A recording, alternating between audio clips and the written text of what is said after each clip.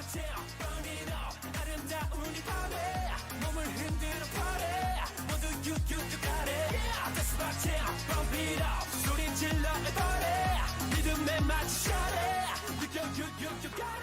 everyone, welcome to another episode of Wonderful Beauty. Thank you guys for joining us again today. This is part 2 of the series that we started last week. So if you weren't here for that, just a quick little recap. We're doing what's called Hometown Artists, which is taking 4 artists that started in America and made it big over in Korea. We're not talking about idols and groups because that is a group effort. We're talking more of soloists because they have done so much on their own. Exactly. Because as we kind of discussed last time, not that it's hard to make it big in a group, whereas the people that we're discussing, one of them has been in a group, but he actually became more popular and made it more of a name for himself as a solo artist. So last week, we actually focused on Miss Alexa from Tulsa, Oklahoma, who, as we stated, is basically as close as a hometown hero as you can get with us, because we're and Liz, which is my hometown, they're only like 3 or 4 hours away from Tulsa. Yeah. We're practically neighbors despite the rivalry. Yeah. The Red River rivalry. If you are into college football, you know. Exactly. I took the helm on that one. So Anne's actually going to take the helm on this one. I know she's really excited. We're actually going to focus on 2 artists today. Yes, and this is kind of more focusing in the Korean hip-hop / rap / R&B world, which is one of my favorite genres. I think it's getting a little bit more popular now, right? All thanks to Mr. J Park, and also thanks to Jessi as well.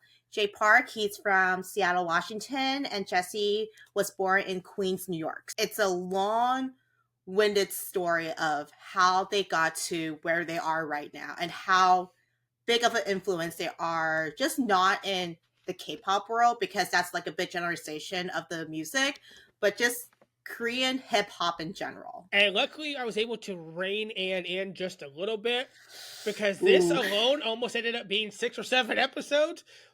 So I was like, watch, half the time I'm not even going to be on camera. It's just going to be me with the catcher at work and you're still going on. I try to condense this as much as I can, where I can do a history of them, kind of where they started, where they came from, and then how they influence the Korean hip-hop scene. And man, their journeys, while different, is also kind of parallel at the same time. Upon doing more and more research, doing a little bit more digging, I think there's a lot of parallels, which speaks a lot to being a Korean American living in Korea. Because I do want to preface this. I myself am Taiwanese American, obviously born in California, moved to Texas. I visited Taiwan last time when I was like a freshman in high school, and that's like 20 years ago. So, so it's been a while, but people would think that because I am Taiwanese, Taiwan should be my home, but that's not the case. America is literally my home because I was born and raised here.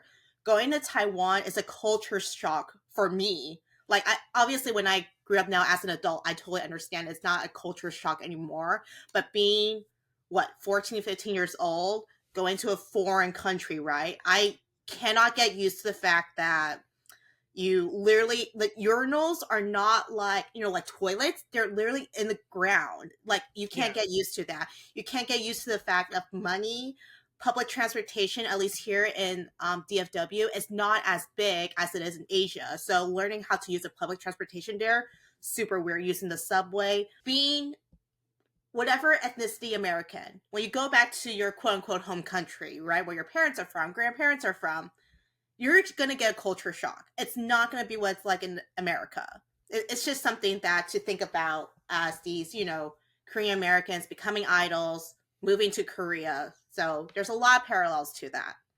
So should we get started? Yeah, let's go ahead. I'm excited for this. I know a little bit about Jay Park. I mostly just know him as the hot guy with the lion tattoo, Mr. McNasty. I'm more of a Jessi stan, but I don't know a lot about her. So this is going to be really fun on my part. Hopefully there won't be too much anger because I know when we finished Alexa, you were Hmm. mad by the time we finished the Oh yeah, Alexa I episode. was upset, and I wasn't even like a huge Alexa fan, and still upset. So you got something out of me. All right, so the first one we're gonna do will be Mr. J Park. His Korean name is Park J Boom, but he goes by J Park in this industry. He's known to be one of the main people in Water Bomb. He has a hit track called Momoe, and he's constantly shaking his butt and taking off his shirt. We totally get that. We totally get that. But he is actually one of the first few Korean Americans to break out in the K-pop industry. And the way he influenced that all the way up to him breaking into the Korean hip hop world and then bringing it more mainstream is it's just beyond belief. It would not be where it is today. So Jay Park, as mentioned, started out as a K-pop idol, and it's crazy how this all came to be. So he was born in Seattle. His mom realized that he was dancing a lot, but was skipping a lot of classes because he rather, dance and hang out with his friends rather than going to class, which is, typical middle school behavior type thing. So she thought it would be practical for him to, hone in his skills and go to this audition. Now, they didn't know any information about this audition. She just thought, oh, this would be cool. Maybe he can, win some prize money. Maybe he can get noticed. Just Right. simple as that. But turns out it's actually for JYP. When JYP was scouting out for their next boy band. Imagine just walking into a building and JYP is sitting there. Yeah, but they didn't. Well, of course, Jay Park didn't know about it at the time because, again, K-pop is not big back then. Right. It's not globalized. Maybe the mom knew because I would assume when JYP was an idol, maybe the mom would know. But again, they didn't really know anything about this audition whatsoever. So then when it came out, it's like, oh yeah, this is for JYP Entertainment and all these things. They're like, oh crap, this is like the real thing. So he did so well in his audition, he actually got a contract to become an idol for the one day, which turned out to be 2 p.m. and 2 a.m. So he flew to Korea in 2005 and he trained, and then he also just pretty much finished his college years there, and he graduated from university while he was in Korea. When it comes to his pre-debut, he appeared in Hot Blood Men, which we talked about in the Beast episode with Doojun, Okay. which is that documentary that JYP put together for one day, and then the 5 to 2 p.m. 2 a.m. Jay Park himself, though, he had a ton of fan votes, and he always ranked high with whatever missions they had and performances. He just automatically became the leader for 2 p.m. So crazy, because this is a Korean American, became so well rounded because he can dance, he can sing, he can rap a little. So, and then fans love him. So JYP is like, you know what? He would be a great leader to aspire to, that sort of thing. That's kind of wild to think about because, you think about all these Korean American idols now and, when they debuted and how much hate a lot of them got. Mm-hmm. Think about Hyunkai and his sister. Yes, exactly. Or even a better example, think of Vernon. A lot of people did not like Vernon when he debuted because he wasn't Korean enough. Yeah. So I think I would give Hyunkai and Vernon a little bit of leeway because they are technically half Korean because they have true. white descent, right? And it's also the same thing as Somi, the soloist. She is also half white, half Korean, but I think she got a little bit more popularity because she has that what they would call the the blonde Barbie American look. So I think they gave her a little bit of leeway because she has the looks for it. But I can definitely see why for Vernon and Hyun and Kai and everything. But Jay Park, he is at least full Korean. So at the time when he was pre-debut when they did the documentary, and then when he debuted in 2PM, he looked like any Korean boy, but he has that face structure that girls can get really drawn into. So I think that might be the reason why that he Yep. became super popular. It's his looks. I will give it that. Oh, It's his definitely. He's a looks. very attractive man. But it's He like is you a very said, attractive man. we're talking about a second generation debut group debuting, and again, the fact that their leader was chosen. The leader that was chosen was Korean American, and that's a really big deal. Because, like, for another example, like, think of Bang Chan. Bang Hmm. Chan being Korean Australian, and him being in the Yes. group of Stray Kids, and like Hmm. even a lot of people thought that was kind of wild because they had all these Korean boys, and here comes the guy that's technically a foreigner, Hmm. which I know it was a survival show and it makes it a little different, but like I just think that's really neat for again second generation from one Hmm. of the biggest companies, and here's this Yeah. guy from Seattle, Washington, and JYP was like, go ahead, be the leader of this group. However, as quickly as him debuting in 2PM, he quickly got out of it super fast. So there was a scandal that happened right on 2PM's first anniversary of debut. Worst timing possible, but Right. here we are. So there was a comment that netizens dug up on his MySpace. Remember MySpace, you guys? Yeah. If you So don't say you don't because we don't need to feel older. I know, right? Please just go along with this. Okay, so it's pretty much like Facebook. Anyways, so the netizens dug up through his MySpace, and he made a comment saying how he is not liking Korea. There were some words that he said that was not pretty, but it was mostly how he didn't like living there, how hard it was, and training is long hours. You're trying to get to debut, you're trying to please the instructors and all these things. You're tired, you're just constantly tired. Also, culture shock, right? He is not used to the fact that Korea's this way. You have to be polite, you have to do all these things. He's not used to it. And then there's also language barriers. Okay, also being Korean American, there's so much you can say. Me as a Taiwanese American, I can only communicate so much in Taiwan. Right. I, I I mean, there's words I probably didn't know at the time what it was. Like computer, I didn't know what the word computer was in Chinese when I went over there. I didn't know the words for when I watched my cousins play Final Fantasy. Like, I don't know how to translate their English names right over to their Chinese names. It's hard to communicate sometimes, and then it I mean, we literally had to play charades. That's literally how I got through my summer in Taiwan. So once this comment came out, protests happened to get him out of the group. But JYP himself said that Jay will stay in the group.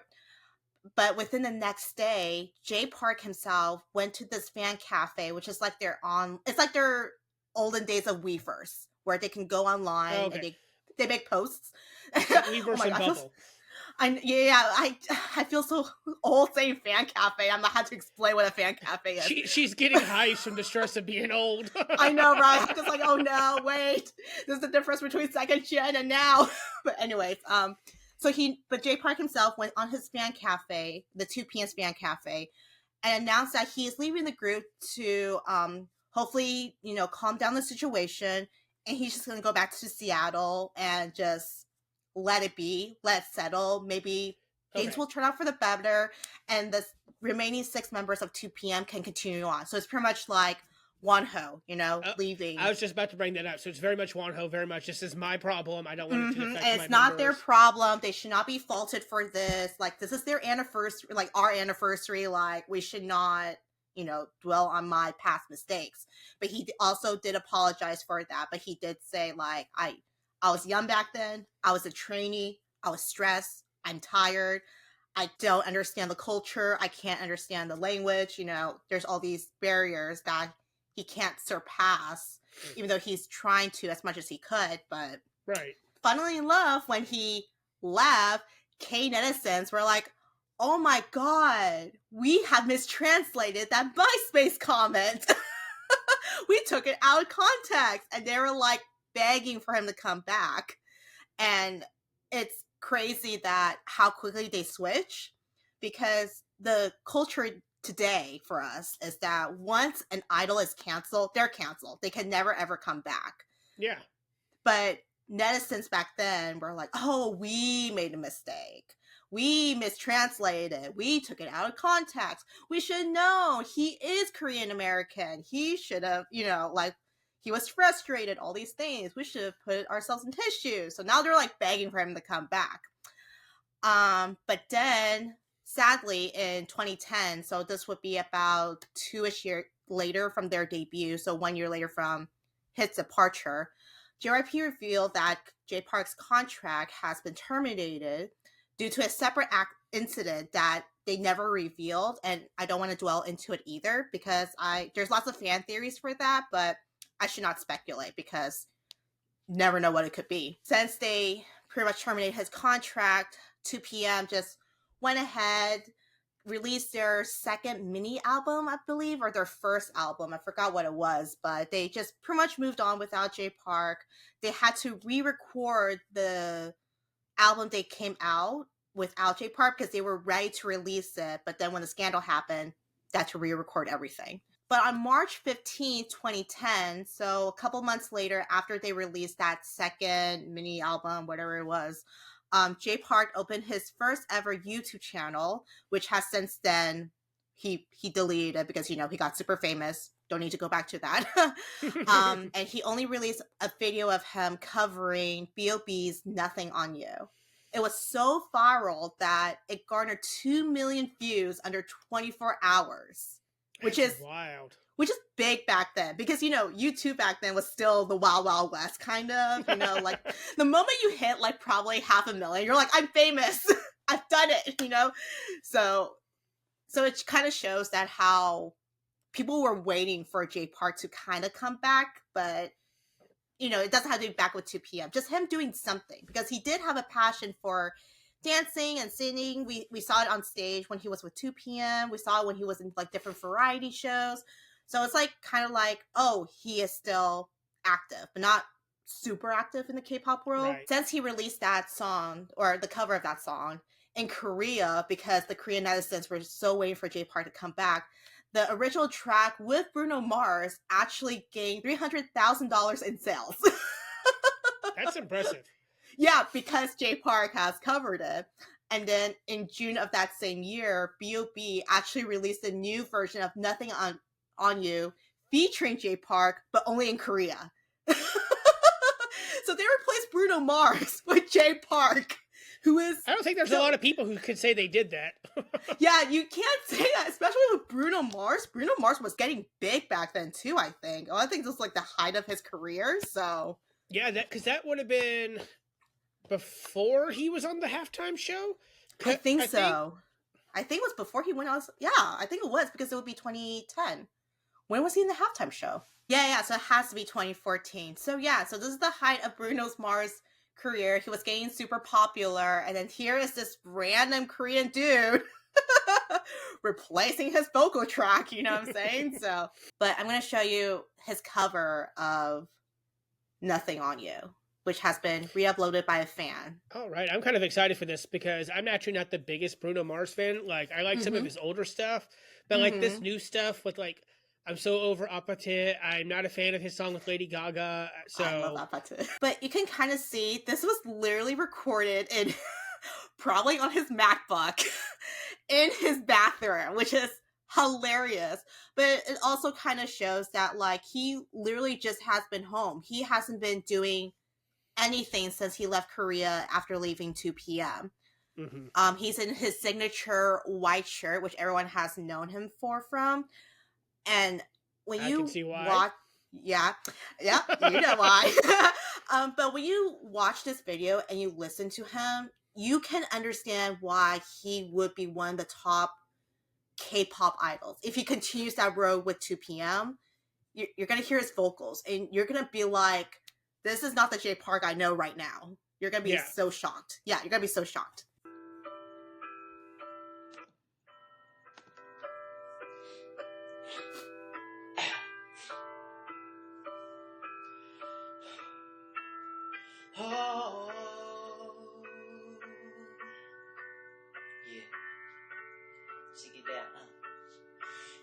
beautiful girls all over the world. I could be chasing, but my time would be wasting. Nothing on you, baby. Nothing on you, baby. I get a post a lot being who I am. And I got a lot of girls wishing I'm the man. Check it. And if I'm wrong with you, I don't wanna be right. I got to give it in like every day's a comedy died. I'm a correct answer. Never do you wrong. And I trust you. Even though that you've been wrong. But don't blame me for getting a little jealous. It's just hard when you talking to the fellas. I got that say nobody. Hello. I forgot about that phone. I'm sorry, I forgot about the phone. The only thing between our faces just that. I mean, I'm not complaining. I was just not expecting it. Forgot about that completely. Oh my god. Your eyes, kid, my heart's ice. You're number one like your action. All over the world, I could be chasing, but my time would be wasting. Nothing on you, baby. Nothing on you, baby. They might say hi. And your hair. I might say Oh. hey. You should Laugh too hard for embarrassment. Say they got nothing on you, baby. Nothing on you, baby. I used to be a boy that had many girls all over the world, but they got nothing on you, babe. It's forever just you and me, for all of eternity. I know you're stressing, but I'm confessing, baby, you're the only girl I want. You can be my best friend, you can play X-Men, you can be Gene, I can be the Clocks, cause I don't wanna end up with everyone else. Put me all alone all by myself. This is just something that I never felt. Yeah. Yeah, so that was his cover. You can tell that he literally wrote it for what he wants it to be. Right. Which again shows the skills he has in terms of like writing music as well. It was really interesting to watch that because it's something we'll see with Jessi too, is because I know both of them both as rappers. And I think I mentioned this that 2 weeks ago I was kind of getting caught up on Jessi and it's like, oh, let me listen to this. And she came up on an OST for a drama. Yes. I can't remember the name for it. I want to say it's something Romeo, or it might have just been Romeo. And it's a complete vocal track. It's not even her rapping.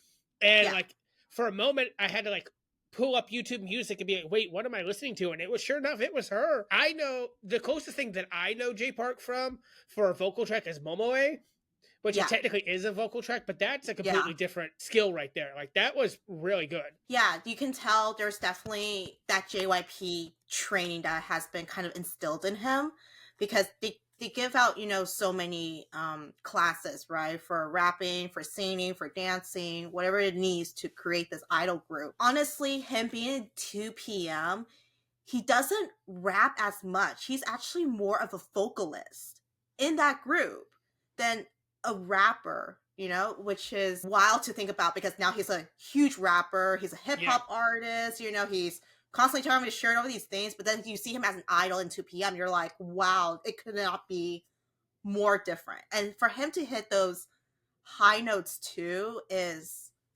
like, where is this even coming from as a rapper? Right.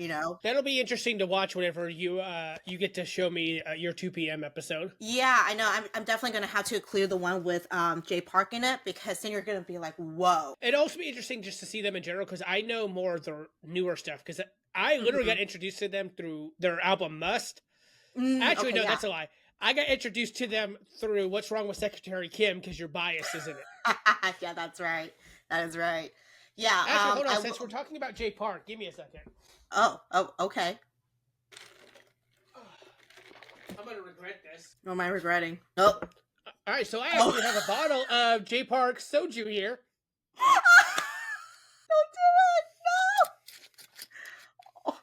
Yeah, so Jay Park's Won Soju. It just seems appropriate for right now. Oh, no. This is not what my face is going to look like when I'm done with this. Ooh.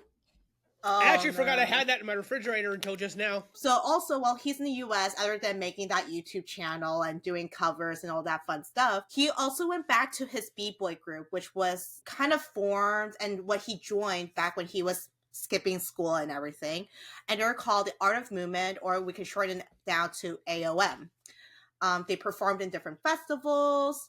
They also even released a small collaboration with Dumbfounded, and Dumbfounded is one of those bigger hip hop R&B names out there. Okay.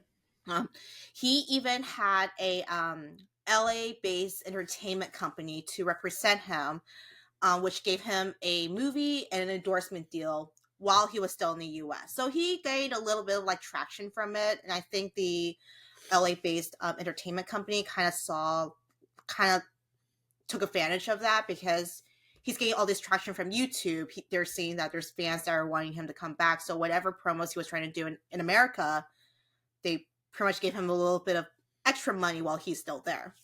Yeah, I mean, it makes sense. Strike while the iron's hot. Take advantage of this guy's popularity.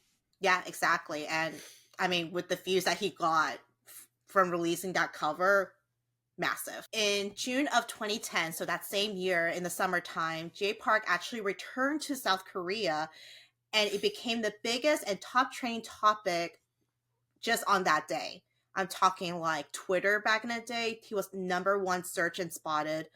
All these fans that was waiting for him to come back all went to the airport and waited for him, and it's one of the largest crowds of that time. And then on July 8th, he signed with Sisters HQ and commenced giving out interviews and releasing album under the company. In 2013, he left that company and he actually created his own company, which is AOMG. In this company, he has himself, he has producer Gray, which is one of the biggest producers ever for R&B and hip hop. And he had actually a lot of big name hip hop and R&B artists, such as Loco, Ugly Duck, Hoodie, Simon Dominic, and later on he was signed on Lehigh, who used to be under YG, and Yugyeom of GOT7. Okay, I was gonna say I recognize that name. I'm looking at the script and I was like, why do I recognize that name?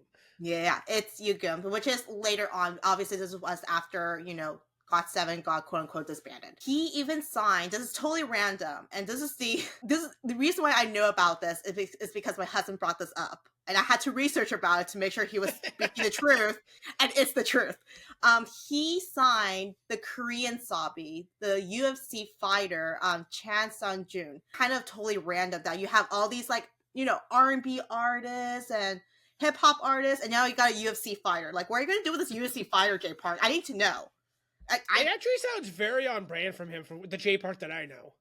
Yeah, but it's becoming more and more on brand. This is becoming more to the Jay Park where everyone seems to know now. No one knows about the idol Jay Park. Everyone knows the CEO, hip hop R&B Jay Park. Later on, he also created another company, which is called Higher Music, which is H1GHR Music, with his friend Cha-Cha Malone in 2017.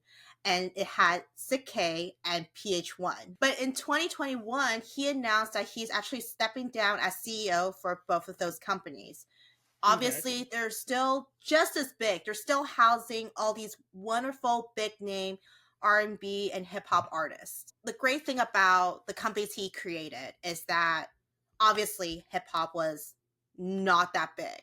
But the moment Jay Park came into the picture, created his own company, allowed these almost unknown hip hop artists to sign with him, they became popular, like super fast. It's really wild to think again, because we think about canceled idols today. Mm-hmm. Like, unfortunately think of Rise and what happened with that poor guy. Mm-hmm. Like, other than the fact that he was supposed to re-debut under SM as a solo artist, we haven't heard anything from him. Whereas Jay Park, they begged him to come back, and he came back, but he said, I'm going to come back, but I'm going to do it my way. Yes. And not only did he do it his way, but he went from going back to his home country, basically being like, whatever, I'll go get a job down at the supermarket or whatever. Now literally being the CEO of his own company. He has 2 companies now, right? With this timeline, he has 2 companies. Then later on, he would have another company. he's making freaking soju. Like, what this man can't do, you know what I'm saying? Like, he knows what he's doing, and it's working for him. I'm gonna take a little bit of break about Jay Park, and I'm gonna show you his next video, which is Jay Park's solo featuring Hoodie, which is one of the artists that's under his company at the time in AOMG. It does showcase him rapping a little bit, but it also has his vocals in there too. And this is a little bit more towards the Jay Park you may know, but not as nasty. So we're still Jay Park. We haven't reached McNass. All right, is there going to be a jump scare? Is there going to be a jump scare this time? I don't know. I don't think so. I think this is mostly kind of like a behind the scenes feel type of thing. So I don't think there's really. I'm trying to remember. Oh, well, we'll see. It's a blind watch for me too. It's been a while since I've seen it, but. Speaking of jump scares, I have a really funny story after this that I want to share. I've already told you, but I think it's funny because it relates to Jay Park. Okay, cool. Awesome, and his jump scares. And his jump scares. Yeah, great.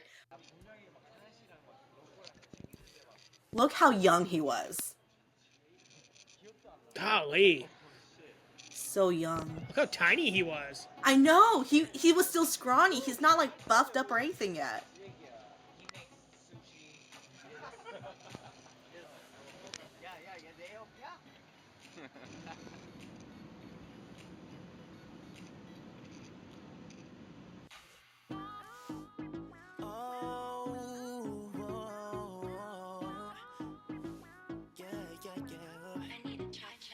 솔직할게 yeah 조금 당황했어 yeah 이런 경우는 처음이야 나한테 yeah 지금 어쩔 줄은 몰라 But I mean, you can kind of tell, looking at him, like, why he would be a more popular, like, K-pop idol, too. Oh, yeah, I know. He's a very, very attractive man.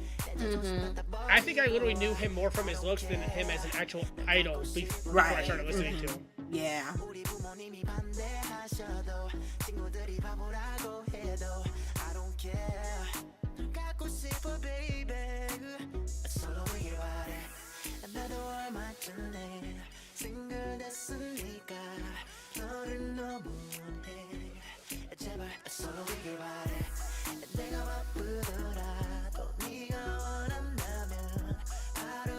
Oh, they blurred it out that time.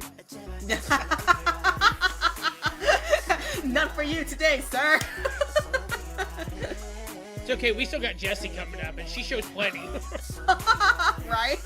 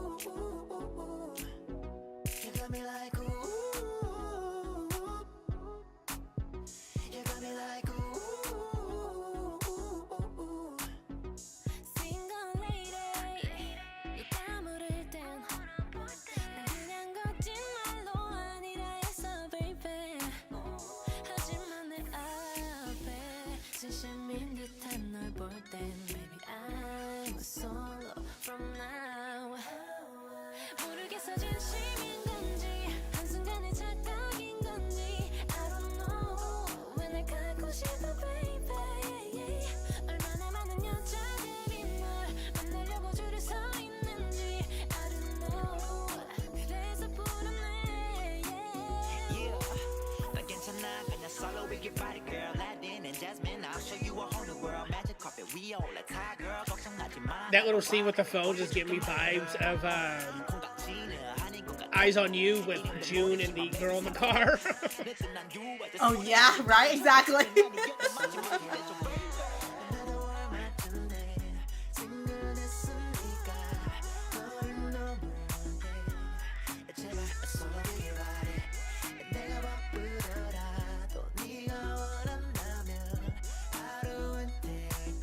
This is weirdly cute for him. Like, it's almost making me uncomfortable how cute it is, because I know Jay Park as he is now.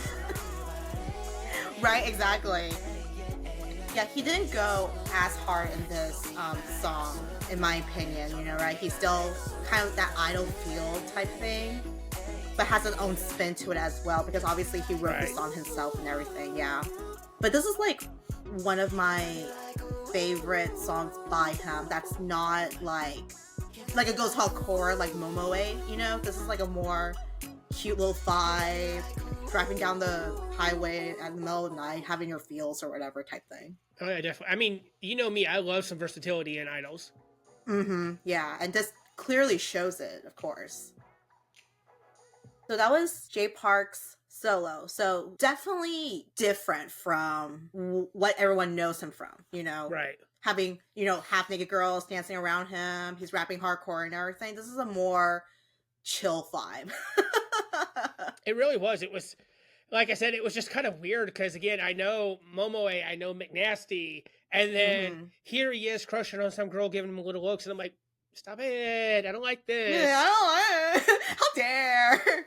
Yeah, and that's the reason why in this episode, I'm not going to show McNasty. I'm not going to show Momoe. I'm not going to show anything that's he's known for. I want to show this versatile and see how it literally applies into him being a CEO as well in his company, and how he's giving all these other artists a chance as well being featured in his songs. She's saving all that stuff for Jessi because it's kind of hard to contain because Jessi. You know, I know, right? You can't. I love Jessi. She's my girl. So funny little story before we continue. Yes. So to our listeners, I have a coworker and a friend named Ray, and she's been wanting to get into K-pop recently, which is me continuing Anne's work because Anne got me into K-pop and I got Rose into K-pop, and then now I'm getting Ray into it. We started with 17 because they actually performed a Good Morning America when she was visiting her mom in New York. So she was like, oh my God, this might be that group that or what. And so I go by at work. That's my government name. I'll have to bleep that out. So we hung out a couple of weeks ago, and so we came back to my house and I showed her the Lollapalooza thing, and it went from there. She was like, hey, make me a playlist. So what I did is I took all of our playlists and put them together. I was also listening to it. All of a sudden this beat started and I was like, wait, why does this sound familiar? And it went from Astro Blue Flame to Momoe by Jay Park. You're like, no! And I'm messaging Ray in all caps, like, I'm really sorry. And then McNasty was the next song. And so I was just like, you know what? I guess you're going to get everything. You're going to get the jump scares as well. So fun fact, in 2017, he actually signed with Jay-Z. That's right, the Jay-Z's Rock Nation company. 2017, he would still have his own company. So I guess he just needed extra help whenever he was like touring the US, that sort of thing. And that also kind of helped brought over, I don't know if 2 Chainz was under Rock Nation, but 2 Chainz sung with him. It opens more doors, you know, which is crazy. Because back in the day, again, not many American artists will do quote unquote K-pop things. Even though this is considered K-hip hop, but it's still considered K-pop because K-pop's starting to get there, you know, so. As far as K-pop went, I mean, the earliest that I can remember is Wonder Girls and Akon. When yes, they did, like, that Money. Is correct. Yeah. And then after that, the only other one I could think of would have been Kiss and Make Up with Dua Lipa and Blackpink.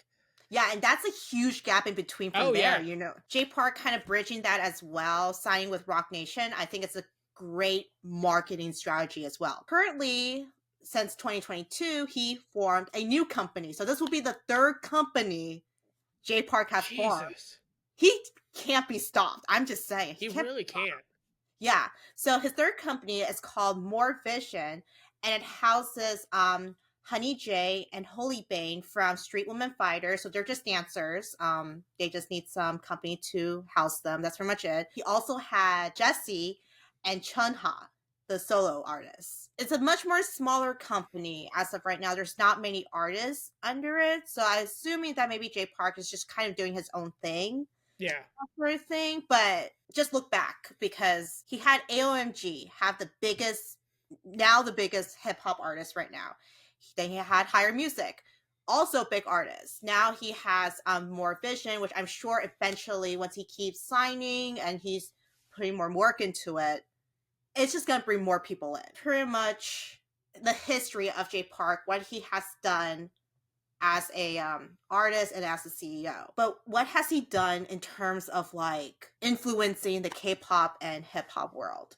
I know a lot of people probably don't like Jay Park as a person, but this is the part where we had to separate the person from the artist. Yeah, exactly. Yeah, he literally pioneered K hip hop and K R&B to be more mainstream. If you want a little bit of history, so back in first gen, YG Entertainment had this boy group called One Time, and Teddy, we all know Teddy, the producer in YG, he was actually in that group before becoming a producer, and they were to be the K hip hop group. But again, it's not globalized. It's not as popular because you're also competing with like SES, HOT, GOD. Like people preferred that more than hip hop at the time. But then moving a little bit further from the first gen, as we're getting closer to the second gen, we then have Epic High, we had Supreme Team, Tiger JK, and Yumi Ray, Dynamic Duno. There's so many artists and groups that came out, but again, not as popular because they're so focused on Girls' Generation, Shiny, Big Bang, that sort of thing. I do want to say though that Big Bang was considered to be the hip hop group under YG, like the next one after One Time, but then they started kind of moving more towards more K-pop, if that makes sense. They still have that Big Bang sound that's a little bit more R&B, but it's mainstream K-pop in a sense. Jay Park has done so much to where he, again, formed companies, bring in these underground artists. I mentioned Supreme Team, going back to it a little bit. Supreme Team used to be this two duo group. There was a scandal that happened, and one of the members left. So all there was left was Simon, and he signed with AOMG, and he became big, massive. He had so many hits, came out with so many albums, one of the top hip hop artists ever. And that's only because Jay Park also allowed these artists to have creative freedom. All he does is to pretty much fund them, give them the money they need to produce the albums. The artists do whatever they want with a reason. I wonder if it's because of his experience with JYP is why he's like that. Because we know for a fact that JYP is in that rehearsal room. He is watching them dance. He's doing this. He's doing that. Because I saw the video of him with ITZY. I don't know if it was like their debut or if it was before their first show. And he was actually like there doing the dance moves with them. Being like, I don't understand why I can do this at my age and you can't. So I wonder if that influenced Jay Park to be more of, you do you, man. And I think also with hip hop in general, it's not cookie cutter K-pop group type thing where you have to follow the guideline. This is like you can just be cool, you have your own vibe, that sort of thing. So there's a lot more freedom to that as well. He's definitely not the typical business suit type of CEO. He knows what every artist wants, what are their goals, what they're trying to achieve, and he's just all for it.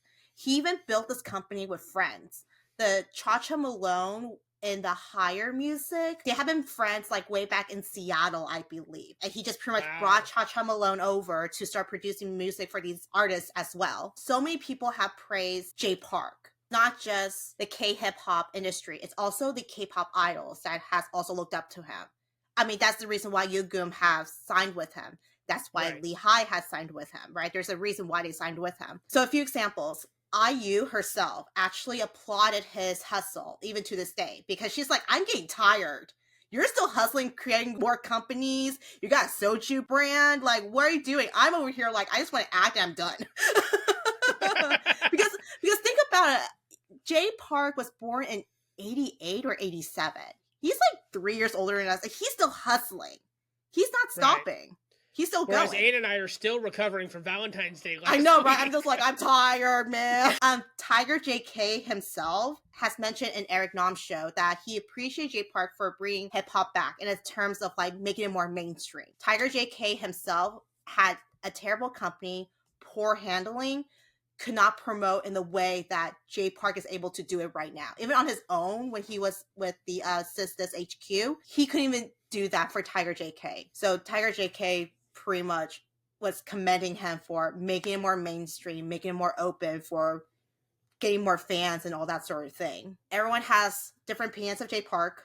I have my own opinions of him. I personally like him, and I respect him more as a CEO and what he has done for, you know, the K hip hop industry. as I'm looking at your notes here, it's funny because you called me out without calling me out. I didn't know who Tiger JK was until Top Line came out. But in my defense, I mean, we know that I'm always late to the party when it comes to K-pop. Yeah. Tiger JK is considered the grandfather of hip hop. Obviously, not many people know that. I totally understand that. But people are thinking, oh, it's just an old man. No, it's not just an old man. Tiger JK is someone who tried to pioneer this hip hop thing. He does his own stuff. Han of Stray Kids look up to him. If you watch those behind the scenes video of them filming for Top Line, he's fanboying the whole time. He could not believe Tiger JK is right there partying with him. And he's like, oh, oh, you know, like, I'm so happy that Han got to meet him. Is always going to be Han not understanding that he is also a celebrity. Every time Lisa comes on, he's like, celebrity. I'm like, then who are you? What are you? Have any opinions, thoughts about Jay Park? Well, like I said, I've kind of dove into Jay Park, and I knew him for the wrong reasons. Not the reasons that a lot of people know. Like our friend Becca, she was actually very against us doing this episode because she's one of those people of Jay Park is very problematic. But as I explained to her, I said, yeah, but you have to understand that when we're talking about people who were born here in the States and went over to the homeland and were able to make it big, like, we can't go without mentioning Jay Park. Like, even if we were to do just Jessi in this episode, there's no way that Jay Park wouldn't have been brought up.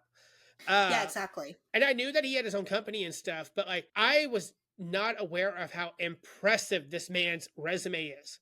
Yeah. Like, and it's even wilder when you combine that with like the history, because like I said earlier, if he had debuted in 4th Gen, I don't think he would have made it. No. Because he would have been canceled and that would have been it. Yeah, exactly.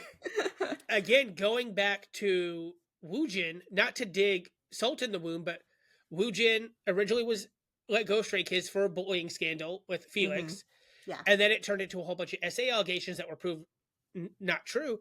And that poor guy, again, I don't know what's true and what's not. I don't know the man.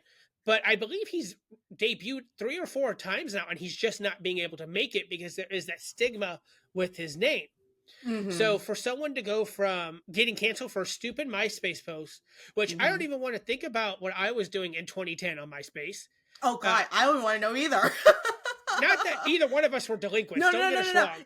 It's just embarrassment, like, you know, like puppy love, and you're acting like fools, you know what I'm saying? Exactly. Like, imagine going from getting the opportunity of a lifetime to getting canceled over something like something that was mistranslated, and then having an entire country be like, no, we want you back. Like, please come back. And he did, but he did it in his own way. And he has not only created 3 companies, made this atrocity. Actually, you know what? Let me read the Google description for this. One soju is sweet and spicy with floral and fruity notes. It's smooth, clean, with a lingering sweetness. Says Did Jay you get Park. any of that from my face when I took that shot? That's besides the point. I mean, this is something I can imagine Jay Park drinking. It's it's liquor. It's more on the liquor side than the wine side. We need to talk about the price point, but that's a different story. To be able to do what he did, but also come around and, like you said, to make hip hop more mainstream, which is also kind of funny because I remember Jew Honey getting into a huge fight with some underground hip hop artists.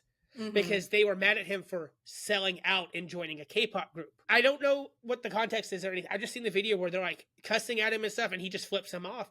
And now you have Jay Park, who basically said, no, guys, it's okay to be mainstream. Like, because honestly, as of last year, if you asked me any hip-hop or rappers that weren't part of groups, like Stray Kids or Monsta X or something like that, I knew who Jay Park was. I knew Epic High. You tried to force me to go see Epic High because you couldn't go. Yeah. To now hear, like, we got Epic High here, not only in the States, but in San Antonio, Texas. Like, and to hear that it's, a lot of it has to do with Jay Park's influence. We had Tiger JK as one of the MCs for KCON LA last year. Which, let me tell you guys, Ann was so mad. I was so pissed. I screamed so loud in my husband's car. He almost slammed on the brakes. Well, you can't slam on the brakes. It's a Tesla. It slows down. Either way, And I was willing, guys. I said, you know what? I will give up Lawoon for you to see Tiger JK and then the 2 drama actors. You're like, no, it's okay. It's fine. I was like, he couldn't perform, but he friggin' performed. But I definitely, going forward after this episode, I will definitely have to go more into his discography. Because again, what I know him from is his relationship with Jessi, Momoe, and then McNasty, which also marketing genius.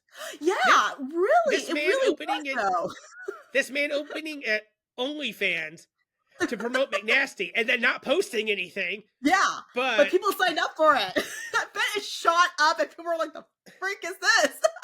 Oh, Lord in heaven. Marketing genius, guys. He could have just stayed in America and made it big here. But no, he, to me, I don't want to call it pettiness, but I think there's a little bit of pettiness to go back to the people who sent you home and then make it as big as he made it. Yeah, definitely. And I'm pretty sure maybe at the time too, I'm sure he aspires to be bigger and better, right? But I didn't think he would be this big of a magnitude. You can have your goals, but he like literally went viral and made K-hip hop the way it is right now. And it's all thanks to Mr. J Park. Seriously, you had to give credit when credit is due. And again, y'all may hate him, but separate the art from the artist. He has done so much. All right, so the next one then, going to the other side of the country of the US of A, would be Jessi. Her government name is actually Jessica Ho. Which is ironic. I'll get into that later, actually. So Jessi, she's loud, proud, not afraid to speak her mind. We all know she's very outspoken, especially in the Korean culture. It's unheard of, seriously, because you can't speak your mind like that without getting hate. And somehow she is not really getting hate. I'm sure she's getting hate, but it's not as bad as we think it could be, if that makes sense. Yeah, because Jessi's Jessi. She's unapologetically herself. But I'll give you a little bit of history of her, just like I did with J Park. She was born in New York, Queens specifically, but raised in New Jersey, and then moved to Seoul when she was 15 years old. In 2005, she debuted in a hip-hop group called Uptown, replacing Yumi Ray, which is crazy because Yumi Ray is Tiger JK's wife. And she's pretty much like the queen of hip-hop, in a sense. And she was, Jessi debuted as a vocalist for that group under the stage name Jessica Ho, H.O. Ho. I don't know why they did that. I don't know if that's intentional, but they did it. But shortly after the second single album released in 2009, she moved back to America due to struggling being accustomed to the Korean culture and wanted to take a break from music. Now, this goes back to not understanding how the culture is back there, which is kind of almost parallel to J Park, but J Park was just pretty much found out through MySpace comments. Jessi just pretty much left because she was struggling pretty hard with that, not getting used to, you can't be loud, you can't be outspoken, you have to be polite, conservative, all these things. I'm sure that's a lot of struggle on her too. Especially being from literally New York and New Jersey. Yeah, that itself is like, that's her culture, that's her personality. You can never take that out of them. I believe that. So she went back home, back to New York. But in 2014, she came back to Korea and she made a comeback as a member for the hip-hop trio Lucky J under YMC Entertainment. Currently, YMC has Weesun, Mighty Mouse. So they also had 101. They have 101, the boy one, and Ailey. YMC pretty much housed a good amount of people. They also had Lucky J. So this next video I'm going to show you would be Lucky J's No Love. This song showcases her vocals so much. Again, it's like J Park. It's completely different from where she is now compared to where she came from. Okay. I will say it's kind of interesting because we've both been in this entertainment for a long time. You way more than me. And to see how our tastes have changed. Yeah. Because I started with Wonder Girls. Yeah, and then now, I prefer groups like I'm very big into Dreamcatcher, BAP, and like I still like my groups. Like I still love my Monster X, my SF9, Astro, and Red Velvet. I just think it's interesting because like you started off with all the cutesy stuff, and now like you moved way more into the hip hop scene. Yeah. But I think it's also because J-pop making more mainstream, the exposure of it with all these artists as well kind of helps a lot. And it's such a shame too, because I did, while researching, I dug a little more depth in Lucky J and everything. I'm missing out. I can't believe I missed out on this. I was still into K-pop during this time, and I missed out. I felt so bad, but all right, let's start this video.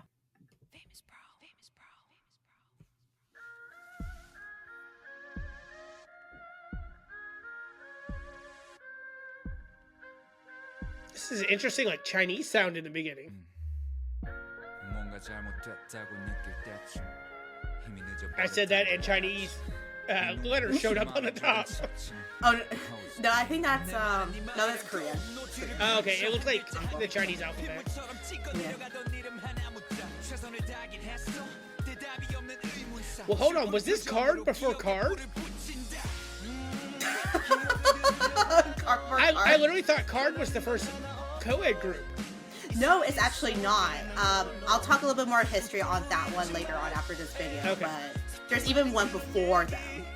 Wow. Yeah.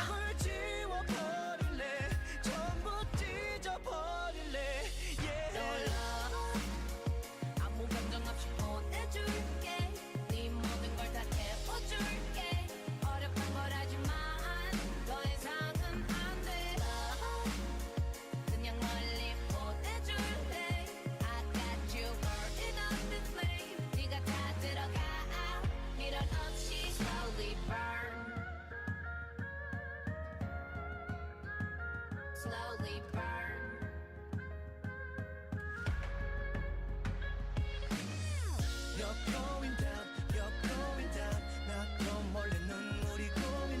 Okay, I'm kind of mad that I missed out on Lucky J. Yeah, I was upset. I was like, I can't believe I missed out on this. I felt so bad. This is definitely gonna go on my playlist. I'm gonna have to listen to it more. Yeah. I need to be getting ready for J-Hope, but that might have to be a crash course session. It's her side quest. Right.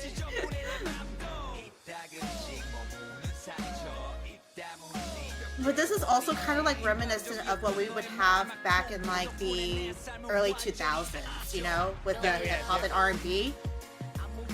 It's giving me very almost TLC vibes because it's such a smooth transition between vocal and rapping. Yeah. And it works so well together because you know how Jessi, the way she would rap sometimes, it's kind of harsh. But her singing in this is perfect. And her voice is so different from when she was Jessica H.O. Oh, Some of her songs appeared while I was walking home the other night, and I'm kind of glad we didn't showcase her girl group days because no, I didn't want to do that. I'm afraid Jessie's gonna appear behind me and be like, "What you think you doing?" But hey, you get to meet Jessi, hey girl. That's true.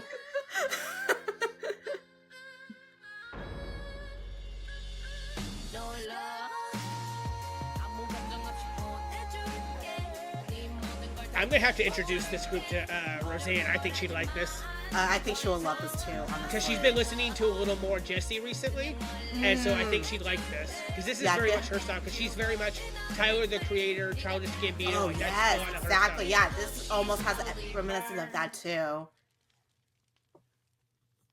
I mean, that was so good. Isn't that amazing? I love this. I actually listened to a couple of their songs too, but I think this is my absolute favorite of the ones I found. So that's the reason why I chose this song. I think we should do an episode where we just listen to a couple of their songs. Yeah, so that is Lucky J's No Love. That's our vibe.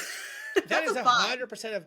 And like I always mention that like when we do these videos that I'm much more to like the rock scene and all that, but like I do like the hip hop scene as well, and I think a lot of it is Jessi, and that's something I can put on in the background while I'm editing or doing a script for our show. Because sometimes when you get too much into like Jessi, you're like you vibe too hard.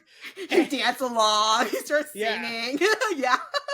But no, I This was a really little bit more enjoyed that edgy. one. I'm so sad I didn't get into them at the time, but I'm kind of glad doing this, episode, doing the research, I can now put their music into like my playlist and everything too.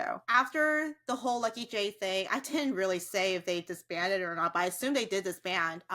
But then she quickly gained attention. This is when she reached the height of her popularity, I want to say. It's when she appeared in the first season of Unpretty Rap Star in 2015, and she placed second by the end of the season and was voted by fan favorite as well. So Okay. kind of same thing as J Park too, fan favorite, but obviously she didn't like win.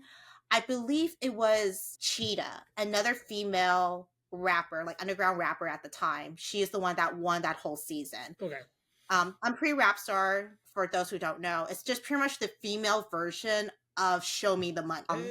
Okay. So most of this was supposed to be underground rappers or aspiring rappers, or this is the one that was kind of controversial at the time, is having idol rappers in there. So they had Huron in there, when she was still with Sistar. They had Yubin from Wonder Girls in there as well. I remember that. I think you sent me a video of that. Mm-hmm. Yeah, so they had idols in there, but they kind of considered that as unfair because it's all by fan vote. So they're like, well, your fan base is going to vote. They're going to outshine the underground one. But I think because the first season went so well, I think it was like one of the rappers of AOA. Jimin was in it. I don't think she won. She did make it to the semifinals, I think, but she didn't win. So they kind of were like, okay, well, maybe not all the idols will win. It's just honestly comes towards, skill and delivery and all that stuff. So, but Unpretty Rap Star pretty much helped a lot of these underground female rappers to get into the more mainstream as well, because by 2015, J Park was already out there and he did help produce some songs for that show as well. Okay. Yeah. So just random off topic, when did Show Me the Money become co-ed? I want to say probably by the time it hit 5th season, I want to say that. Okay. Because in the very beginning, it was only underground male rappers. And then by the time it hit where I believe it's, I don't want to get this wrong. I think it's like the 3rd season or the 4th season. I did not mean to break Anne with this question, I promise. I know, yeah. But around the time it hit 3rd or 4th season, that's when they had the K-pop idol rappers as well. The most well-known is Mino from Winner, which was under YG. And then they had, this is pre-debut of Icon, where B.I. and Bobby was in it too. So after being second place in Unpretty Rap Star, she managed to get a couple of gigs. The most well-known is being JYP's Who's Your Mama? She was part of that music video. She performed in LA with Mighty Mouth, and she got casted in Sister Slam Dunk. And she managed to release her first music album, Universe, with the title track Gucci in 2016. So this is like Gucci so much. It's such a Gucci is so good, and I think that's like one of her breakouts kind of thing, especially when she's riding on that win of Unpretty Rap Star in a sense. Fast forward to 2019, she signed with Psy's P Nation company, and she would be the first artist to be under his company, which is a huge deal because Psy, being the man he is, an artist that he is, he knows what he's doing as well. And for him to sign with Jessi kind of speaks volumes as well. So you would think because Psy does his own music and all these things, he should be able to give Jessi that creative freedom as well. And he knows how the idol world works too. Which is great that she signed with him because he's also was very outspoken about many things that a lot of people did not agree with him on. Yeah, exactly.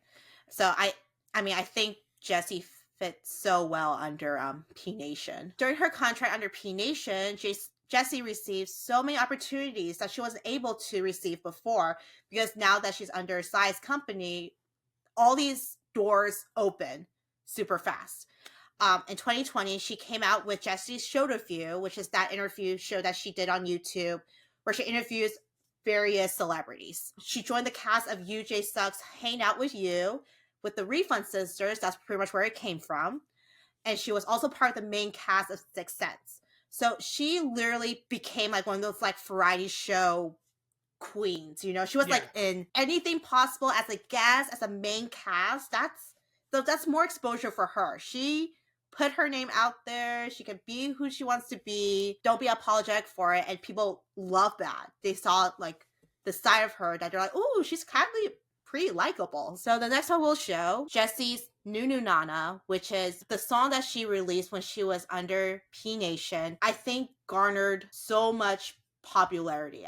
I think so many people have done the challenge for it too. Yeah, I mean, even someone who, like, I got more into Jessi recently, but even I knew this song long before I actually started listening to her. Mm-hmm. It's just so catchy, and she managed to get this cameo with Lee Hyo-ring, which is a first-gen idol. And Lee Hyo-ring is still looking really good. I don't know what her skincare regimen is, but I need to know. She's still looking good. I think it's called money, sweetie. Oh, damn. Don't got that yet. I don't think I've actually seen this video. I just know the song. Oh, really? Which I love that it starts off with her vocal track. Yeah, definitely.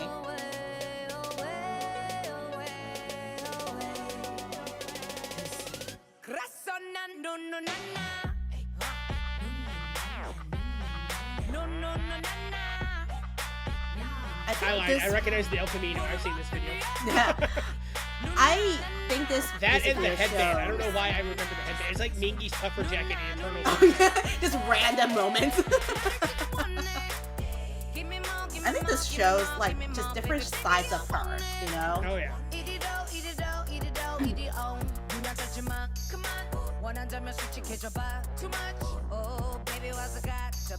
I could give you everything, anything, baby, can you handle it?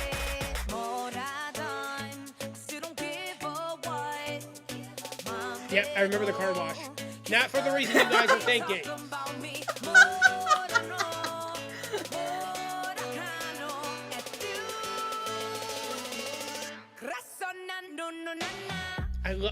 One thing I love about Jessi is just the aura that she exudes. Mm-hmm. Like, you could clearly tell that she knows who she is, that she's a badass, and she does not give a single fuck.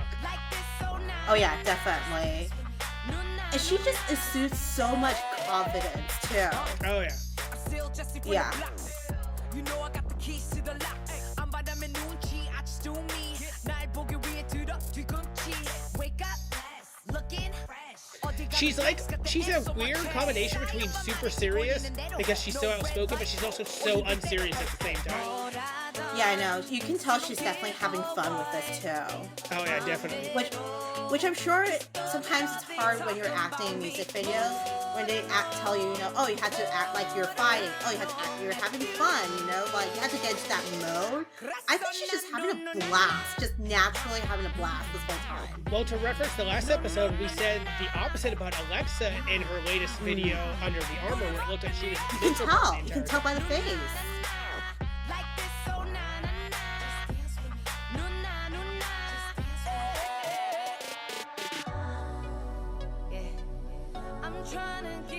I do like when they have those like vocal breaks too, though. Oh yeah. Shows both sides. Oh yeah, that's the drawing right there. I also really enjoy idols with unique voices. So like, a conversation we've had a lot of times is Moonbyul from Mamamoo, and how she has a very similar rasp to what Jessi has. Another example for the boy band side would be Lou, My Bias from VAV. I'm sure you weren't expecting those deep notes to come out of his voice. Dude, when you that came out of nowhere, and I went, hello!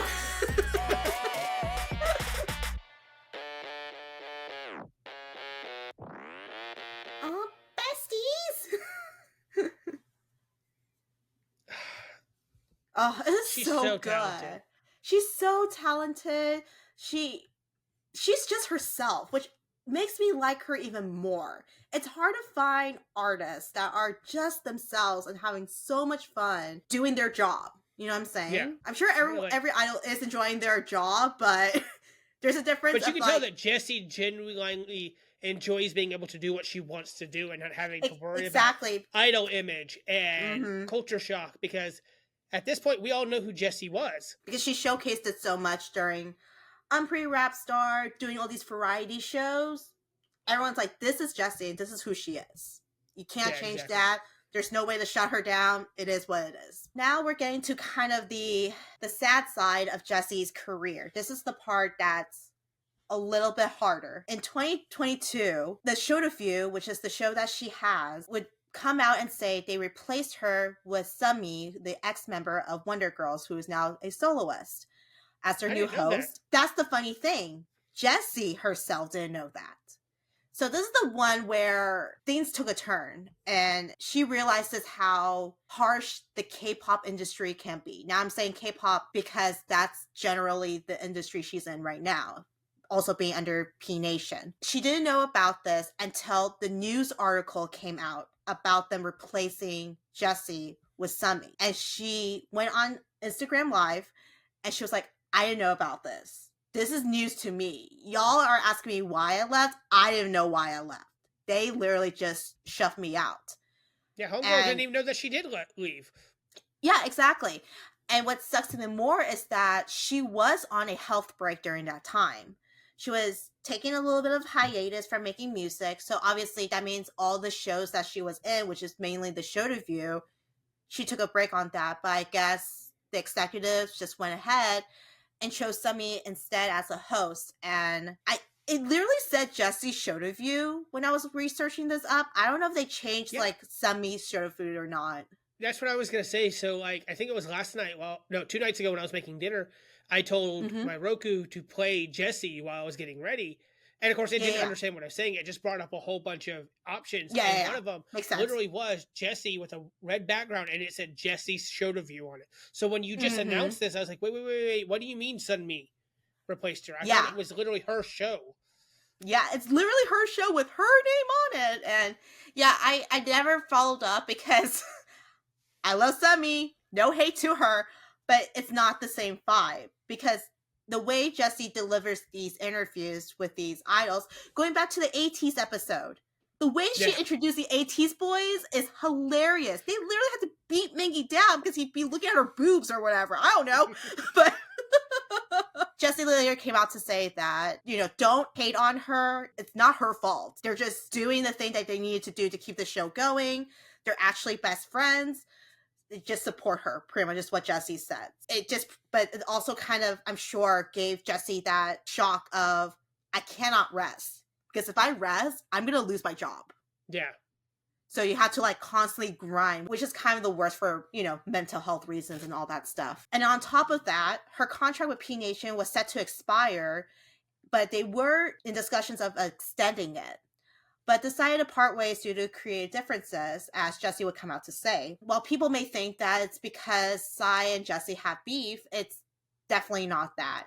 She comes out in so many interviews with Eric Nam and then with the Dumbfounded interview show as well, that she respects Psy on so many different levels because he's a hustler too. He's constantly working. Yeah. He's in his 40s. He's still doing these summer shows. He's coming out with music. He's the CEO of his company. He's still hustling and everything. But she just didn't like how the way the Psy is that he's very hands-on. It's like JYP. JYP is very hands-on with the producing music, with the groups, that sort of thing.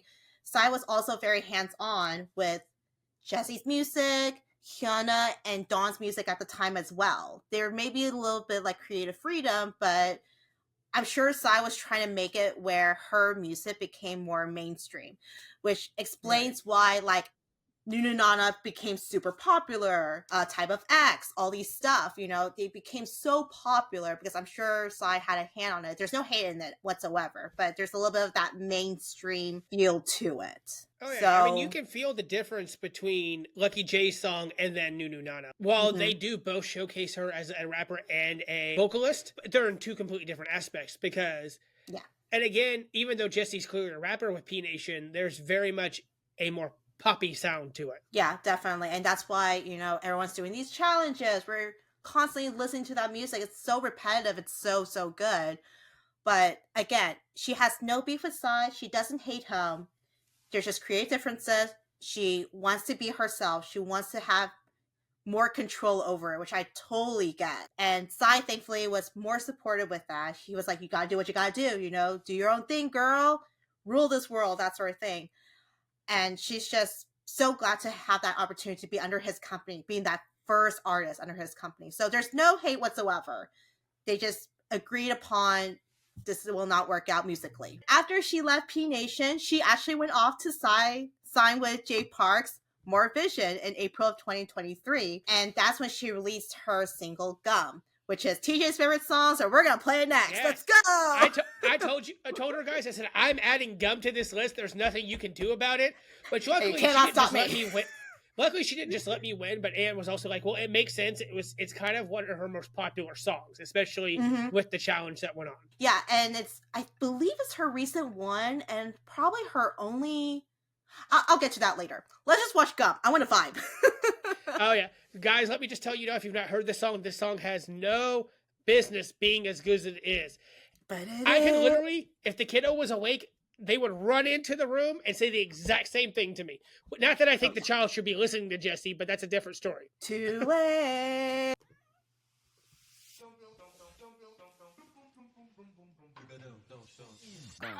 Touch your toes, throw them against the wall.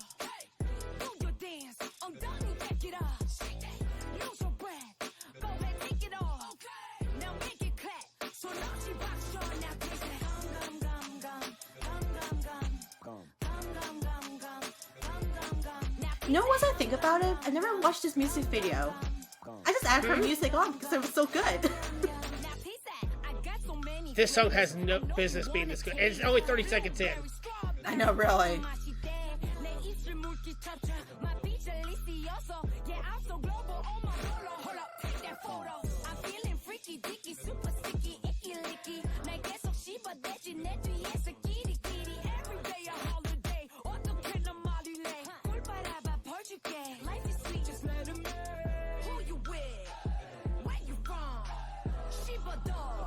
Now pop that.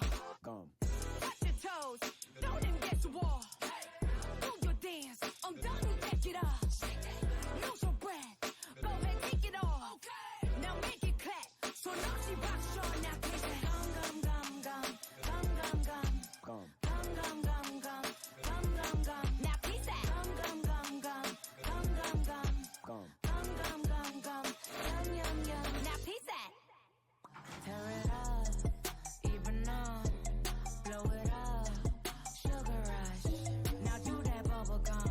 Now do that bubble gum. Now do that bubble gum. Now do that bubble gum.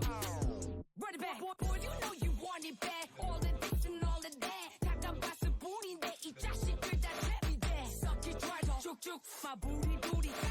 You know you love this attitude, so bring it back. I think we should. Who you with? Where you from?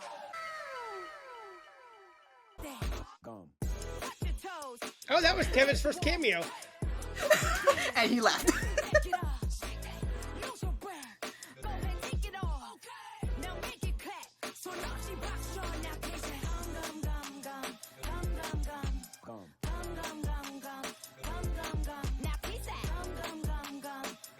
Oh, I like that pink look on her, though. It's so cute. Oh, the pink and the silver? Mm-hmm. It gives me very Jersey vibes. Yeah, it does. Yeah.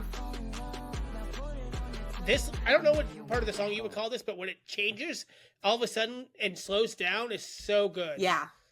It's so good and it fits in so well. And again, she shows a little bit of like vocals in there as well, which is great because I think Jessi has one of the great vocals for a rapper, you know? Oh yeah, definitely. Oh my god, that song is so... You guys do not understand. If this song does not end up on my beginning of the year YouTube music rewind or whatever it's called, I will be very, very surprised. It's going to be this, and it's going to be Whiplash. And honestly, I'm going to be surprised if one of them dethrones 17, because it'll be the first time in a year 17 has been dethroned. That'd be hilarious. It's just Whiplash, and you're like, how did this happen? Which is funny because I don't like aespa. This is the first song by aespa I've ever liked. The only reason I liked their debut song is because Jew Honey liked it so much, and I really just liked him making a fool of himself during it. Yeah, exactly. Because I'm pretty sure when you're listening to that song, you're playing him like doing the song. Because I see the video of him. I think it was his birthday, and it was him and Keon doing it.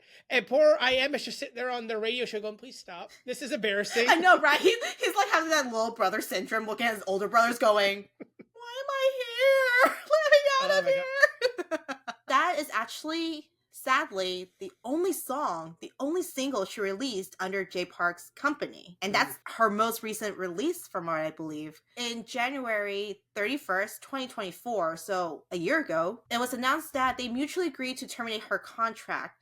While fans speculate, once again, that they have beef, it's merely because of health reasons on Jessi's end, and then her, as people speculated, she's trying to form her own company. In September 2024, she actually goes off and formed her own company, which is UNI, and then she signed a management contract with B2uty Entertainment. But then in October, just literally about a month later, she decided to terminate the contract with B2uty Entertainment due to the fan assault controversy that everyone knows her about. Ever since then, she's just been dead quiet.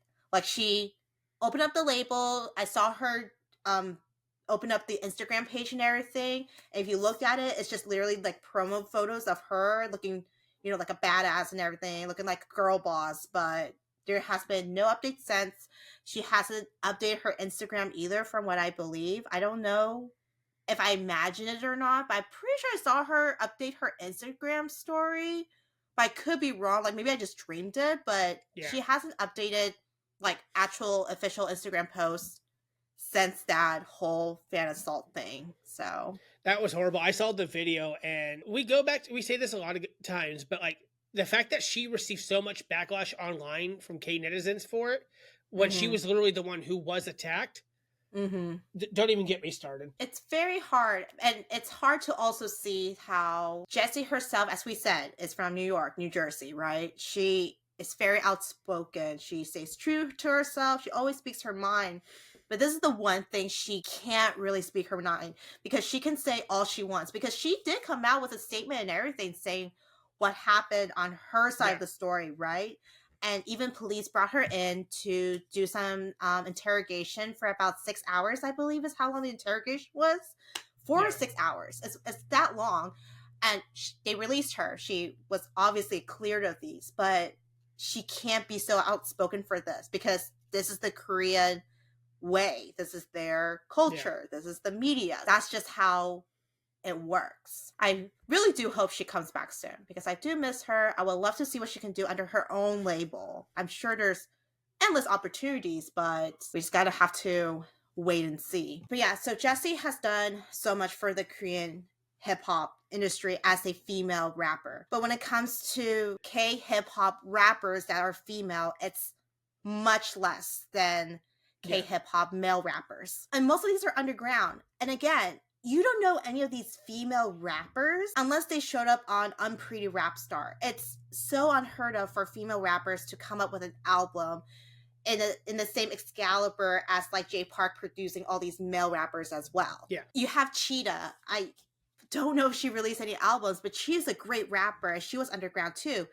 You got Hazy, and she kind of became more ballad R&B. She kind of stepped away from being a rapper as a whole, and she became more mainstream as well. I still love her. She does great OSTs.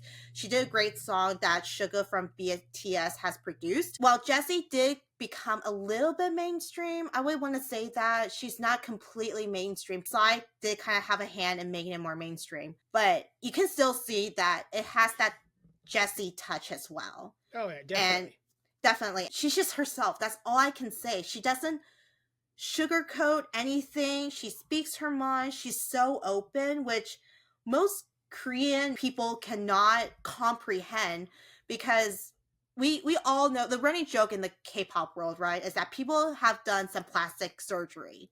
Yeah. Like you can sometimes see it. Sometimes it's a little bit noticeable. Sometimes like it's so good you can't tell. But Jessi don't care. Jessi will talk all about her plastic surgery all day, every day. Well, it's like we Yeah. mentioned. So you mentioned at the beginning that like J Park and Waterbomb. So for Mhm. me, and I think a lot of other people will agree with me that when they think of Waterbomb, Jessie's kind of the face of the festival. Yes, Like I know she exactly. didn't start it; it was started by a Chinese company. When I think of Waterbomb, and I talked to one of my coworkers about this, the first person you think of, at least for us, is Jessie. And I Yeah. remember saying that last year because we were looking at the lineup for all the different Waterbomb stops and how we were like, Nyan's going to be there, Hawasa's going to Mhm. be there, Mhm. Cha Yunwoo was there, Minho was there, and I was like, oh, and Jessie's at every single stop. Oh And yeah. you were the one who made the joke that she, in her head, she's probably like, I paid good money for these. I'm going to show them off. Yeah, definitely. And that's what she has said various times in so many variety shows too. It's just like, I pay good money for this. Why would I not show this off? Why would I not Yeah. talk about it? I ain't scared of it. So she definitely broke that barrier of being more open. But she did later say that she kind of regrets doing some surgeries, but it is what it is. She's very confident with her body, especially that she's kind of a little bit older, you know, like she's Yeah. not 20s. She's in the 30s, I believe, and she is still looking great for her age, even though she did some work, but she still exudes that confidence where all girls can aspire and look up to, which is very hard in this industry that they're in. Also, her passion is her music and the work, and she just puts so much effort into this job that she has. I mean, she honestly just has a big heart too. Like, she may look like this like mean girl type thing, like she's ready to fight you, but she has so much love to give. She has so much passion. It's great to see that she was in these variety shows, that they can kind of see that side as well, which I think people start to like her a little bit more. But then there's these past controversies, and there's this, you know, fan assault controversy as well. And then people are like, I don't know. It's just like, but I think she helped break that barrier of how female rappers can be, especially for the underground, and how you can be more confident with yourself for females out there. That's honestly what I think she brought to this K-pop / K-hip-hop industry. So props to Jessie. Come back, girl. Definitely. I will say, because you talked about how she is such a sweet and kind person. I haven't watched it myself. I've only seen clips, but Mhm. she's actually featured on the Apple TV show Idol. Yes. And the only clips that I have seen are the interactions between her parents and her. Mm-hmm. And she is such a soft being around her parents. And they are older. Mhm. Because like we said, Jessie's older than us. Not like Yeah. JYP old, but No. she's But like still So- older. and Yeah. her parents are very much in that harmony stage and all that. Mhm. And she's just to watch the couple of clips with her and her mother and her and her father. Really, like you said, it shows that while she does look like she'll stab you in the dark alley, that she really, at the end of the day, is a very kind and wholesome person. It's great to see that she didn't let the industry break her. Yeah, definitely. And another point to that too, since we're talking about family, she is dying to become a mother. She has Oh, I openly didn't know that. So she openly said in various variety shows that she cannot wait to be a mother. She can't wait, you know, to have kids, but she's still she's still career driven. That's the Yeah. only thing that's stopping her, and I don't blame her because she is still trying to make her way into this industry. But I Good think for there's her. one, yeah. But then there's this interview that I saw that I think it was Bam Bam of GOT7's I know the interview you're talking about. yeah. The one where it was like, oh, I froze my eggs. And then Bam, it's like, you did what now? You freeze? What? How? Did you? What? And she like gives like a science lesson. But the fact that she wants to start a family, but is also still career driven, kind of speaks to also how females are right now with this generation. Like, we are still career driven. We want to do so much in life, but we also kind of want to be like mothers. But Yeah. you had to pick and choose. But I think Jessie kind of voicing that out, saying like, oh yeah, no, it's okay. Do what you got to do. Just freeze your eggs. Oh yeah, definitely. All right. And then so the last video that we're going to play would be Jessie and J Park to kind of tie in together, because they do a couple songs together, but Jessie and J Park's Drip is our favorite ones. Which this video is really the main reason for the parental advisory warning that we issued at the beginning of the episode. The Yeah, viewer right. discretion, not parental advisory, the viewer discretion at the beginning. Because Right? these two alone are already delinquents. You get them together, child. Ooh, I know, right? It's like mom and dad coming together, like, hello. Oh no. Oh man, I'm so excited. Oh, I know. I haven't seen this music video in a while too, so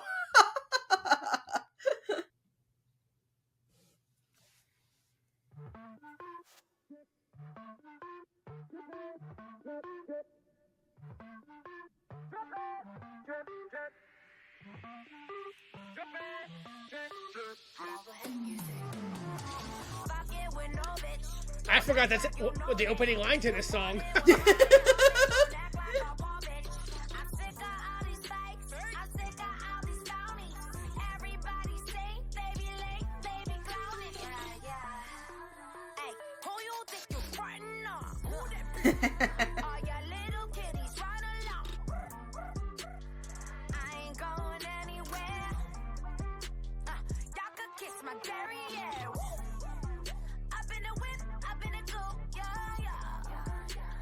I will say, and Jessi may stab me for this, I think J Park can throw it in a circle a little bit better than she can. I know, right? Because I've seen them do Momoe together at Waterbomb, and I'm like, ooh, I think J Park outdid you, girl. Yeah, I know, right? She probably won't argue with that. She would be the one behind J Park hyping him up. Right.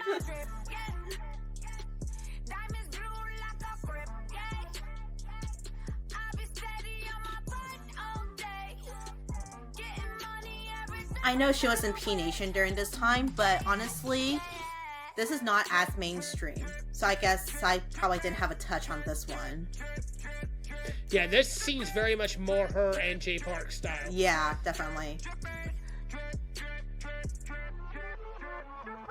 Oh, I forgot J Park looked like that.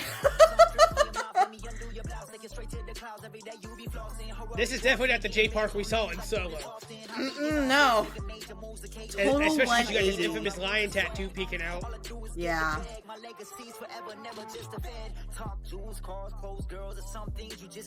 Yeah, this J Park has more swagger.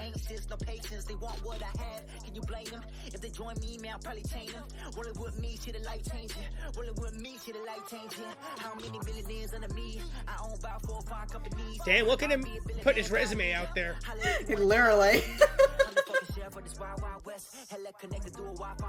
Hey, might as well brag about it. She. With what he's done, absolutely. Oh yeah, definitely. Brag it up.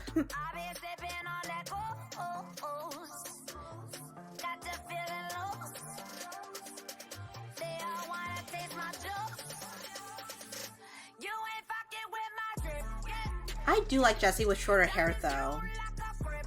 See, I like her with the short hair, but I like the long banged look that she's got for most of the video. I think that looks really good on her. Yeah. Granted, I've never seen her in a bad look, so... Yeah, that is true, but I just think she looks really nice with short hair though. I do like the blonde that she had in Gum with the curls, Yeah. too. Or the Yeah, I waves like of the that one curls, too. yeah. Yeah.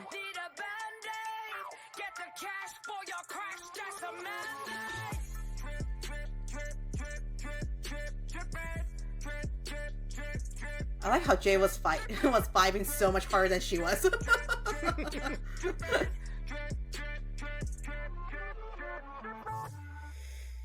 That, to me, is the quintessential J Park and Jessi video. Because they were both unapologetic. They did not care. And, like, if you go back and watch the other three videos we've watched, that one did not care. It did not hold any punches. I mean, the song literally starts off with, who you think you fucking with? I mean, that's literally encompasses what Jessi and J Park is. I mean, he literally said what he done. He did. He was like, I own 4 or 5 companies. Like, what are you gonna do about it? Nothing. oh, that was so good. It was so good. But yeah, that is my my thoughts of, you know, J Park and Jessi being the quote unquote pioneers. Well, not for J Park, but Jessi, quote unquote, pioneers of the Korean hip hop industry. I mean, they've done so much in different ways. and being Korean American, their journey is kind of almost parallel in a sense. So you saw a lot of similarities with it too, but I mean, they've come so far and they've done so much, and I'm just glad that they are where they are right now. But I do want Jessi to come back. As you're wrapping up, I do want to point out, I was listening to some of her music the other day, and her song Spirit Animal came on.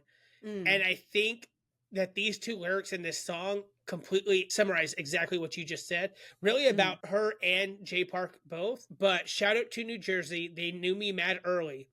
I made it in the motherland. It's been a long journey. Yeah, that is true. Because they did make it I in do want motherland. Jessi to come back.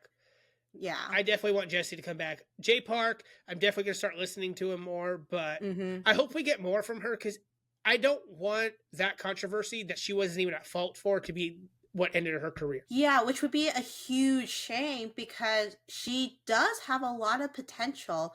We know her skills of writing music from Unpretty Rap Star, because part of their mission at the time was also you have to come up with these verses within a certain amount of time limit too. So she does have what it takes to make it big, and she did make it big, but it was a little bit more mainstream. But I would love to see her go a little harder, more hip hop. Yeah, I hope so, because let me just say now, homegirl comes to San Antonio or DFW, I'm going to be there. We're there. 100%. We are there. We are there. Oh my god. I don't even care if she plays gum or not. But that's gonna be a show. Oh, definitely. Heck, we may even have to spring for VIP if there's VIP. We have to.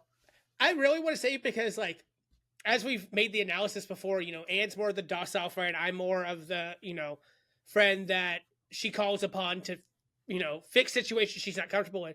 Yeah. I would love to be Jessi's friend. Like, just watching her interviews, seeing how she is and everything. Like, I want her to be my big sister. I mean, she has so many friends, not just like in the hip hop world, just K-pop celebrities too. She had made so many friends in the K-pop industry as well.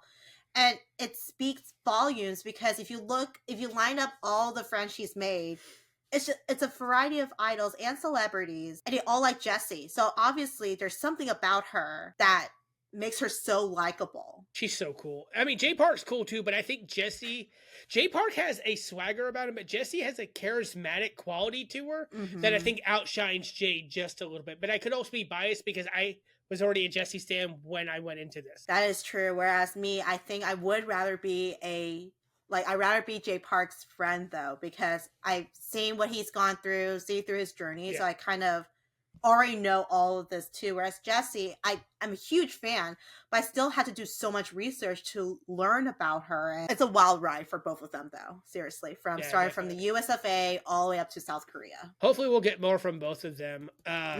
So give us your thoughts, guys. Were you a fan of both of them before you came in? Were you aware of Jay Park's helping hand into making hip hop more popular? Were you aware of the bridge that Jessi literally created for female rappers to become more popular and make careers? Let us know what your favorite Jessi song is. Let us know what your favorite Jay Park song is. If you're not the biggest fan of either one of them, let us know maybe why. Let's open a discussion. Let's keep it civil. But yeah, so that's the episode for the K-hip hop in terms of influences from American heroes. I can't wait to do an actual K-hip hop episode where I introduce more artists. That's not just Jay Park. I won't do any Jay Park music, but I will introduce the other ones. I'm excited, because while she was singing off all these people, I could do Epic High, I could do Tiger J, and it just kept going and going. And I was like, it's supposed to be a mini series, not an entire documentary on one genre. Oopsies. But next week, guys, we will actually finish our hometown artists. This episode was a little rough and tough. We're actually going to go much softer next episode. It's Eric Nam! Woo! Yeah, we're going to be not interviewing. I wish we could interview him. Shoot. Oh my God, I would cry. We're going to give a deep look into the nation's boyfriend, because when it comes down to it, Alexa's famous, Jay Park is famous, Jessi is famous. But I think most people would agree with us that as far as American-made K-pop artists, no one has made as big of an impact and has gotten as much of a reaction as Eric has. Definitely. And again, his journey to get to where he is, insane as well. I mean, there's a reason why we're doing episodes on them. It's the journey that they took, how they got there, and then how they influenced the Korean music industry as a whole. So. Oh, definitely. Eric's going to be fun because I've seen him live and I get to brag and Anne hasn't. It's okay. I'll just talk about his past and how he did this and he did that. And while she's quietly sobbing because he only comes to town on days that she has to work.